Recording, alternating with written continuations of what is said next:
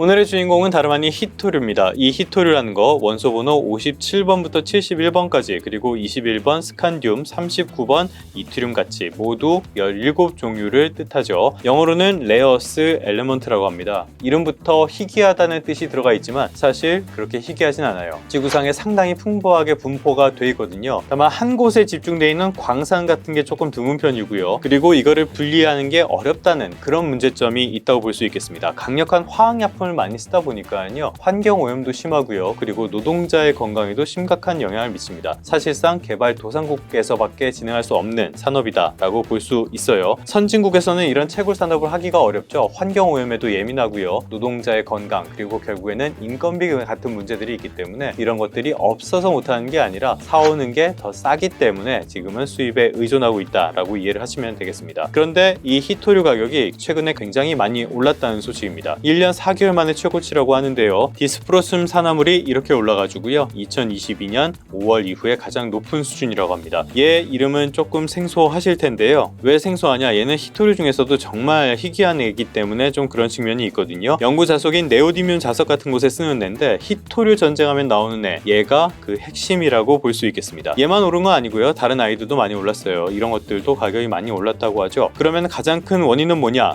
미얀마의 공급 차질이 원인이라고 합니다. 이쪽에 히토류 공급원이 하나 있는데 생산을 일시 중단한 게 결정적인 영향을 미쳤다는 거예요. 물론 이거는 일시적인 문제이기 때문에 그렇게까지 큰 영향을 미칠 것 같지는 않습니다. 당장 중국만 해도 라오스에서 수입을 할 수 있는 이런 대체지도 있고요. 이런 것들도 국내에 영향을 미칠 가능성은 그렇게 크지 않다고 볼 수 있겠습니다. 근데 우리가 주목하는 거는 이런 단기적인 변화가 아니죠. 최근에 주목을 받는 친환경 기술들, 예를 들어서 가장 주목을 많이 받는 게 전기차라고 할 수 있죠. 그리고 재생에너지, 이런 것들을 하기 위해서는 히토류가 거의 필수라고 볼 수 있거든요. 친환경 사업을 하기 위해서 환경을 오염시키는 아이러니한 일이 벌어지고 있는 셈인데요. 대체품을 찾는 노력을 하고 있지만 단기간에 이루어질 문제는 아니라고 볼 수 있겠죠. 그러면 이 히토류를 누가 쥐고 있냐? 다들 잘 아시는 것처럼 중국이 꽉 잡고 있습니다. 전 세계에서 매장량 자체가 제일 많아요. 한 35% 정도를 중국이 차지하고 있고요. 그러면 매장량만 많냐? 그냥 밸류체인 자체를 중국이 다 쥐고 있습니다. 생산량으로 치면 거의 70%가 중국산이고요. 앞서서 말씀드렸던 디스프로슘 같은 거, 이거는 100% 중국산이라고 봐도 무방한 히토류입니다. 이런 상황 속에서 미중 갈등이 계속 격화하고 있다 보니까 또 중국이 히토류의 무기화를 꺼내 들었다라고 평가를 해볼 수가 있겠죠. 실제로 중국 당국에서도 생산, 수출, 투자 같은 것들을 다 통제를 하면서